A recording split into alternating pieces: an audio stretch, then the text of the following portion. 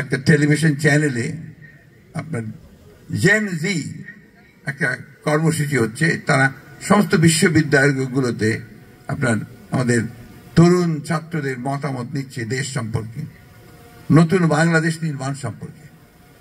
আমি দেখলাম যে এত অমিত সম্ভাবনাময় ছেলেরা, মেয়েরা, তারা অত্যন্ত দেশপ্রেম নিয়ে তারা কথা বলছে, তার পরিবর্তনের কথা বলছে।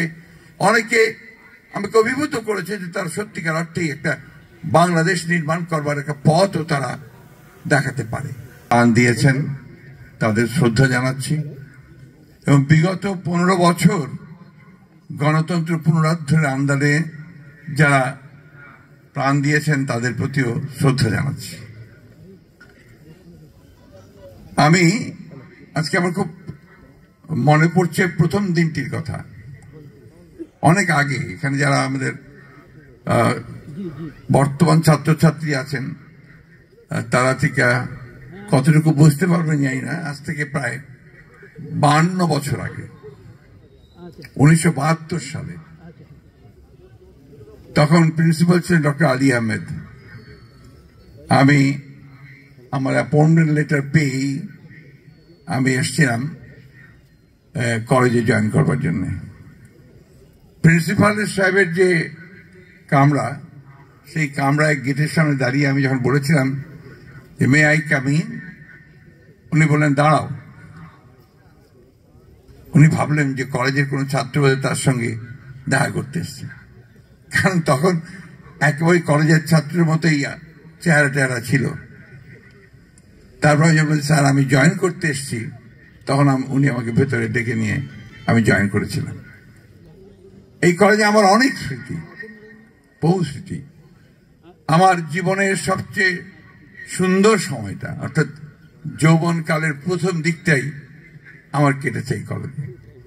এখানে আমার ছাত্ররা বসে আছে অনেকে, যারা নিজেরাই এখন বৃদ্ধ, প্রায় আমি তো বৃদ্ধই, যারা এমপি হয়েছেন, রাজনীতি করছেন, দিনাজপুরের রাজনীতি নিয়ন্ত্রণ করছেন। আমি সকলের নাম বলছি না, কিন্তু এরা সবাই আমার ছাত্র ছিলেন। এখানে অনেক সাংবাদিকও আছেন যারাও আমার ছাত্র ছিলেন। অনেক বড় লব্ধ প্রতিষ্ঠিত ব্যবসায়ী আছেন যারা আমার ছাত্র ছিলেন। আজকে দেশে বিদেশে আমার অনেক ছাত্র যারা জীবনে অনেক প্রতিষ্ঠিত। এই কলেজের এই মাঠে আমি ক্রিকেট খেলেছি ছেলেদের সঙ্গে। এই অডিটোরিয়ামে আমি নাটক করেছি।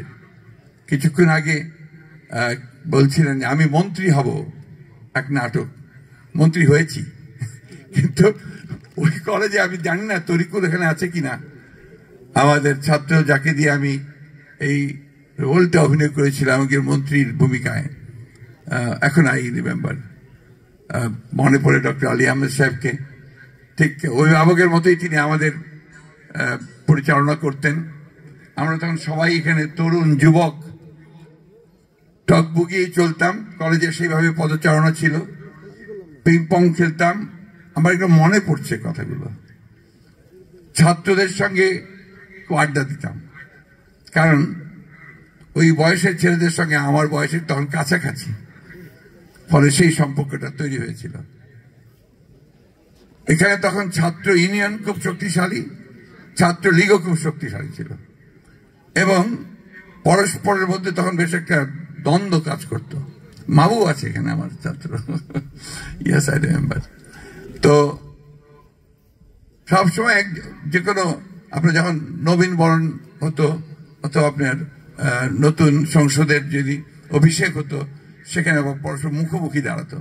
আমরা সবাই আমাদের এই ইয়াং কালিগসরা মিলে আমরা সেটাকে নিয়ন্ত্রণ করতাম, একটা সুন্দর অবস্থা তৈরি করেছিলাম। এটা আমি আগেও বলেছি যে আমার আসলে সবচেয়ে সুন্দর সময়টা আমার এই দিনাজপুরে এবং দিনাজপুর কলেজে কেটেছে। এই কলেজে জয়েন করার আগে আমি আবার একটা, সেটা যুদ্ধের আগে, 71 সালে যুদ্ধের আগে আমি কিছুদিন কাজ করেছিলাম কেবিএম কলেজে। আমার এখনো মনে আছে, আমাদের সেই বন্ধু এখন খুবই অসুস্থ, আমাদের প্রফেসর আমিন, তার সাইকেলের হ্যান্ডেলে বসে আমি শহর থেকে কেবিএম কলেজে গেছি। আমি দিনাজপুরেও এখানকার ক্রীড়াঙ্গনে, সাংস্কৃতিক অঙ্গনে আমার অত্যন্ত ভালো সময় কেটেছে। আমার মনে পড়ে বোরহান ভাইয়ের কথা, শাহজাহান ভাইয়ের কথা। আমাদের মাজেদ রানা অসাধারণ মেধাবী একজন অভিনেতা ছিলেন। আমাদের অনেক ছাত্র এই কলেজ থেকে অনেক ভালো ভালো রেজাল্ট করে বেরিয়ে গেছে। সে সময়টাকে আমি মনে করি যে একটা সোনালী সময় গিয়েছে। যদিও স্বাধীনতার পরে পরে তারপরেও আমাদের কিন্তু সেই সময়ে একটা অবস্থা তৈরি হয়েছিল যখন অন্তত ক্রিয়েটিভ সৃজনশীল কিছু করা যেত। আজকে আমার ব্যর্থতা সেই জায়গায় মনে হয় আমরা যে রাজনীতি করছি ওই জায়গাটা আমাদের ব্যর্থতা আছে। আমরা এই 52-53 বছরেও বাংলাদেশকে একটা সুখী, শান্তিময়, প্রেমময়, ভালোবাসাময় এক দেশ করতে পারলাম না। আমরা এখানে রাজনীতি নিয়ে সংকীর্ণতায় ভুগি। আমরা এখানে নৈতিকতার একটা সর্বনিম্ন পর্যায়ে চলে গেছি। আমরা যে জাতি, আমরা গর্ব করে বলার কথা আমাদের যে আমরা জাতি হিসেবে অত্যন্ত গর্বিত জাতি, সেই জাতি কিন্তু আমরা সেই কথা বলতে পারিনি কিছুদিন পরেও, আগেও। এখন আবার সেই আশা জেগে উঠেছে আমাদের মাঝে। আমরা আবার একটা স্বপ্ন দেখতে শুরু করেছি। সেই স্বপ্নটি হচ্ছে যে সত্যিকার অর্থেই আমাদের স্বাধীনতা ঘোষক শহীদ প্রেসিডেন্ট জিয়াউর রহমান সাহেব যে স্বপ্ন দেখেছিলেন যে একটা সুখী, সুন্দর, প্রেমময়, গণতান্ত্রিক, সমৃদ্ধ বাংলাদেশ, সেই বাংলাদেশকে নির্মাণ করবার আমরা চেষ্টা করেছি।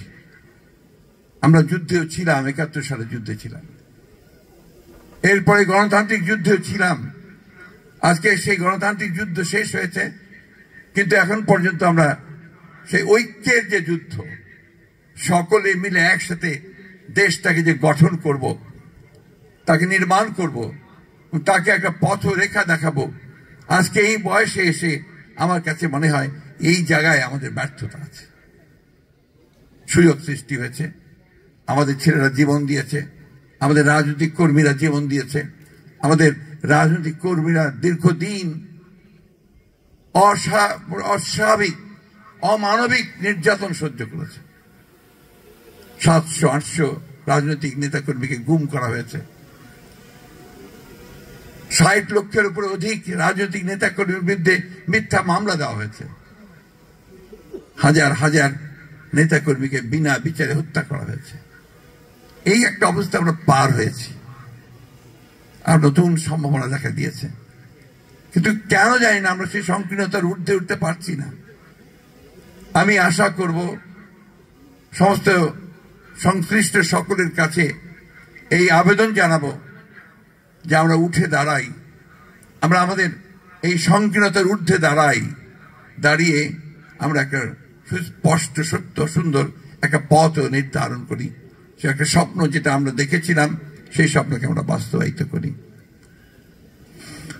আজকে দুঃখ হয় যখন আমরা দেখি, আমি কাল রাতেই একটা টেলিভিশন চ্যানেলে আপনার জেন জি একটা কর্মসূচি হচ্ছে, তারা সমস্ত বিশ্ববিদ্যালয়গুলোতে আপনার আমাদের তরুণ ছাত্রদের মতামত নিচ্ছে দেশ সম্পর্কে, নতুন বাংলাদেশ নির্মাণ সম্পর্কে। আমি দেখলাম যে এত অমিত সম্ভাবনাময় ছেলেরা, মেয়েরা, তারা অত্যন্ত দেশপ্রেম নিয়ে তারা কথা বলছে, তার পরিবর্তনের কথা বলছে।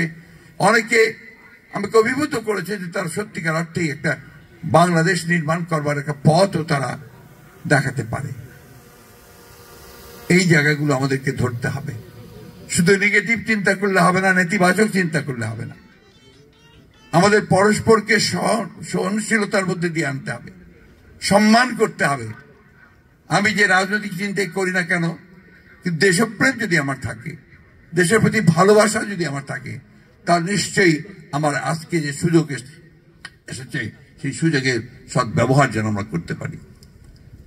আমাদের অনেক বয়স হয়েছে, আমরা প্রায় যাওয়ার পথে। আমরা এখন